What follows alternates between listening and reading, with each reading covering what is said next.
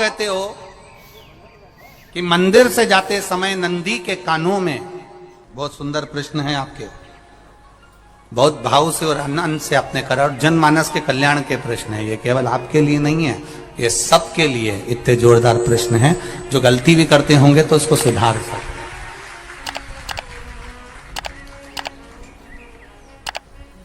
आपने कहा कि नंदी के कानों में कहना चाहिए, लोग हंसते हैं, कहते हैं बताओ वो नंदी के कानों में भगवान को कहना चाहिए।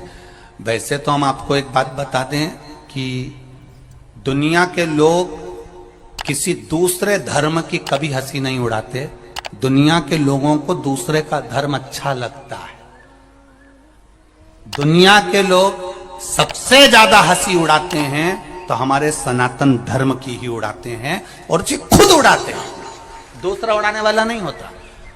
दूर के ढोल हमें समझ में आते हैं, उसका धर्म हमें समझ में आ गया, उनके यहाँ क्या है, ऐसा है, आओ कुछ नहीं, उनके धर्म में ऐसा है, कितना आनंद हमें दूसरे के धर्म में लग रहा है, और हमारा सनातन धर्म हमको बुरा लगता है। हमारे सनातन धर्म हमें बुरा लगने लगा। अरे भाई,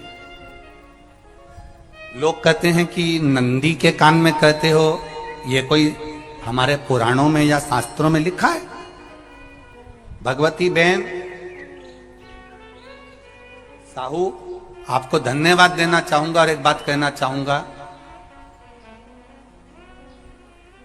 जितनी भी शिव महापुराण के अंतर्गत चाहे उपाय जो बताए जाते हैं कि बेलपत्री ऐसे चढ़ाना, काली मिर्च ऐसे चढ़ाना, चावल ऐसे चढ़ाना, धतूरा का क्या महत्व है, शमी के पत्ते का क्या महत्व है, बेलपत्री के पत्ते का क्या महत्व है, ये जितनी भी बातें बताई जाती हैं ये सब पुराण के अंतर्गत से बताई जाती है। अब दुनिया के लोग इसको चाहे टोटका कह दें, चाहे दुनिया के लोग इसे टोना कह दें, पर पुराण से हटकर कुछ नहीं। और आप लोगों को अगर बोला है कि नंदी के कान में कहकर भगवान शंकर के मन में बात पहुंचे, तो ये क्यों कहा, तो ये भी हमारी शिव महापुराण में लिखा है, जलंधर के चरित्र में। कोई आपसे कहे कि नंदी के कान में बोलने से क्या होता है, ये जलंधर का चरित्र कह रहा है। मां पार्वती जी का हस्त कमल पकड़कर जलंधर लेकर जाने लगे।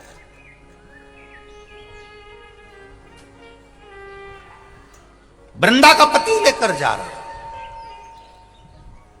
वृंदा तो भगवान की भक्ति में लीन रहती थी, उसको तो जलंधर को सबसे ज्यादा तकलीफ थी नारायण से, पर शिव के पास आ गया, क्योंकि ईर्षा प्रवृत्ति, अभी कथा में कहा, कोई कोई ऐसा होता है जिसको तुमसे बेर नहीं होता तो भी अंदर से ईर्षा जाग जाती है। कोई कोई ऐसा होगा जिसको अंदर से ईर्षा जागती है, अपने आप अंदर से ईर्षा जागती है, उसका कोई बेर नहीं, और ईर्षा जाग भीतर से ईर्षा जाग। ना आप उससे मिले हो, ना कभी वो आप उसके सामने बैठे हो। कई लोग किसी ना किसी की बुराई करते हैं तो हम लोग पूछ भी लेते हैं, क्यों साहब उनसे मिलकर आए हो क्या तुम? कभी नहीं मिल किया है, कभी उनका सामना हुआ नहीं हुआ, तो फिर बुराई क्यों कर रहा? एक ने कर दी थी इसलिए हमारे ध्यान में था तो हमने भी कर दी। लो, वो कुआं में डूब के मरेगा तो तू भी मरेगा का? नहीं। नंदी सामने बैठा है, गणेश जी को मालूम पड़ गया, कार्तिकेय को मालूम पड़ गया, मां पार्वती जी का हस्त कमल जलंधर ने पकड़ लिया और लेकर चला। मालूम पड़ गया, तब नहीं रहा गया। गणेश जी को क्रोध आ गया और गणेश जी महाराज आए, शिव जी को जगाने लगे, पिताजी पिताजी पिताजी कर कर जगाया, उठो पिताजी, पिताजी उठिए, पिताजी जागिए, पिता को जगा रहे हैं। भगवान शंकर नहीं उठे, तप में लीन थे। क्या करें हम? जलंधर के पास में इतना बल है, इतना बल है, और पिता की आज्ञा नहीं होगी तो हम कैसे मार देंगे इसको? मारने को तो हम मार दें। मां ने आज्ञा करी थी कि जलंधर उसको तारकासुर को मार दो, तो कार्तिकेय ने तारकासुर को मार दिया। शिव जी की आज्ञा नहीं तो हम इसको कैसे मारें? क्या करें? सब कुछ गणेश जी ने देख लिया, शंकर जी के ऊपर बहुत बहुत बहुत बहुत प्रार्थना कर कर देख ली, पर शंकर जी नहीं जागे। तब आखिरी में विनायक ने, गणेश ने, जितने लोग आस्था चैनल पर कथा सुन रहे हैं, जितने लोग फेसबुक यूट्यूब पर कथा सुन रहे हैं, इस बात को याद रखना कि नंदी के कान में कहने से क्या होता है वो इस कथा से सीख लेना। आखिरी में गणेश जी को लगा किसको कहूं, शंकर जी भी तप में हैं, नंदी भी तप में है, मैं किसको कहूं? शिव जी को कह के कर थक गया, पिताजी को बोल बोल कर थक गया, पिताजी जागते नहीं। अब मैं किसको कहूं ये बात, किससे कहूं?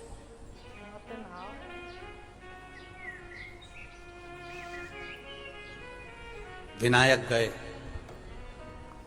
सीधे अब नंदी के पास। नंदी भी तप में लीन थे, शंकर जी की ओर मुख था, शंकर जी की ओर मुख था। गए और जाकर तुरंत विनायक ने नंदी के कानों में जाकर कहा, नंदीश्वर, मैया का हाथ पकड़कर जलंधर लेकर जा रहा है, पिताजी तप में लीन है, कृपा करिए ना।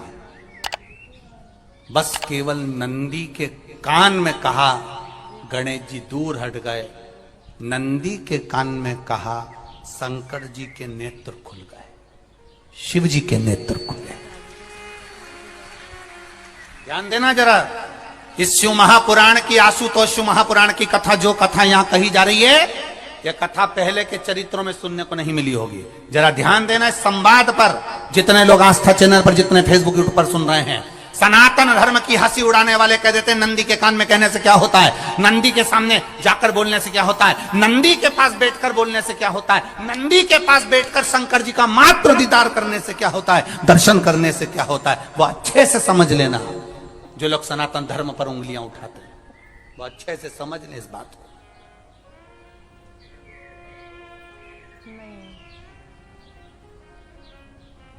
क्या होता है? नंदी तप में लीन, शिवजी तप में लीन, शिव नहीं उठ रहे। विनायक ने नंदी के कानों में जाकर कह दिया, नंदी के कान में जाकर कहा, नंदी के नेत्र नहीं खुले। नेत्र किसके खुले? जम के बोलो, महादेव के खुले, शिव जी के खुले। ये मन का तार। नंदी शंकर की आराधना कर रहे थे, शिव अपनी भक्ति में डूबे थे। यहां कहा, यहां पहुंचा, जो दिल में था उस तक बात पहुंच गई। नंदी के दिल में शिव थे, तुम कहे नंदी ने शंकर तक बात पहुंचा दी। वो सूत्र जो बंधा था दिल से दिल तक का, वो पहुंच गया। वो सूत्र जो दिल से दिल तक बंधा हुआ था, मन से बंधा हुआ था, खबर वहां तक पहुंच गई, खबर पहुंच गई। उसको जानो, लुटाइए, ये मौका मिला है आनंद का, दिल से प्रेम लुटाओ। नंदी से कहा, नंदी ने देवादिदेव महादेव से नहीं कहा। केवल नंदी आंख बंद कर बैठे थे, कहते से ही भगवान गणेश के शब्द शिव जी तक पहुंच गए। शिव जी के नेत्र खुल गए और उन्होंने जलंधर के पास पहुंचकर पार्वती जी का हस्त कमल छुड़वाया। जरा विचार करिएगा, आप नंदी से कहते हो मेरे महादेव तक बात पहुंच जाती है। आपको केवल नंदी से प्रेम से कहना है, नंदीश्वर मेरे बाबा, ए मेरे बाबा, आप रोज शिव जी को लेकर भ्रमण पर निकलते हो, मुझे बहुत दुख है, आप मेरे दुख को मिटाने के लिए मेरे दरवाजे पर क्यों नहीं आते? नंदीश्वर से कहा, शिव जी तक बात पहुंच जाएगी, शंकर के नेत्र आपके लिए खुल जाएंगे और महादेव आपके यहां खड़ा मिलेगा, मेरा महादेव आपके पास में खड़ा मिलेगा। आशुतोष महापुराण की कथा कहती है, लोग कहते हैं नंदी को कहने से क्या होता है, ये शिव तत्व की कथा आशुतोष शिव महापुराण कह रही है। कहा वहां तक पहुंचा, दिल से दिल का। जो भगवान नंदी के कानों में कुछ कहकर आते हैं, बोले हो कभी? सीधे बोल देते हो क्या जाकर? नंदी के कानों में कहने का भी एक तरीका है। आप लोगों को मालूम होगा वो तरीका? नहीं मालूम? बेलपत्री की जो डंडी रहती है ना, बीच का जो भाग है, ध्यान दिए ना जरा सा, ये बीच की जो डंडी है, फिर से देखिए, बेलपत्री के 2 पत्ते और उसके पास में जो बीच की जो डंडी का भाग है, दिख रहा है आप लोगों को? ये 2 डंडी, ये बीच की 2 पत्ती और उसके बीच में जो 2 डंडी का भाग होता है।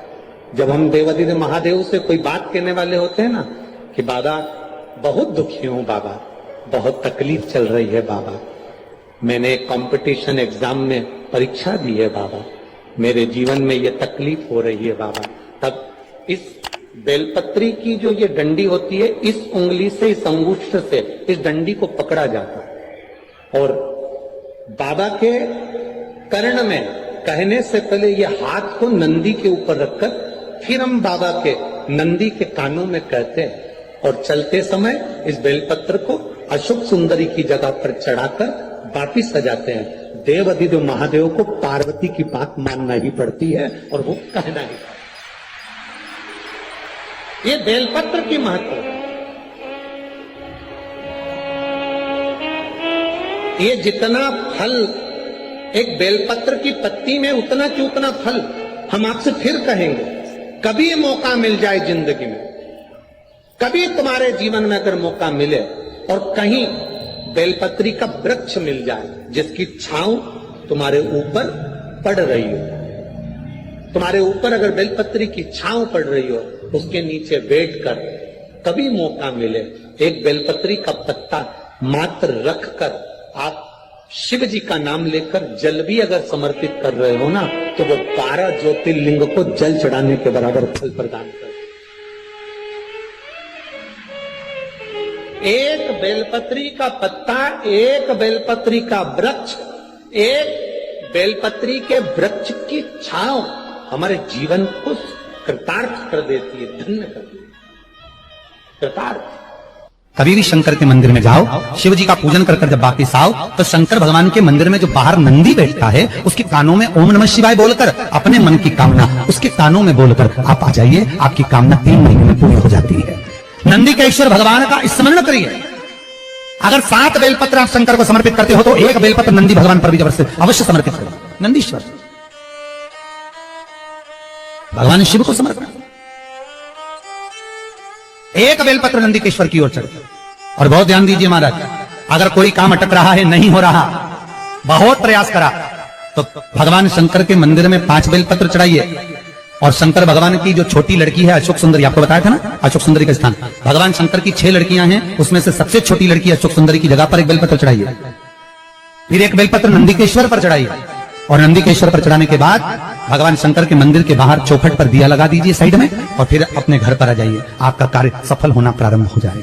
नंदीकेश्वर भगवान नंदीकेश्वर का स्मरण कर लेने पर जीवन आनंद सुख की अनुभूति करता है,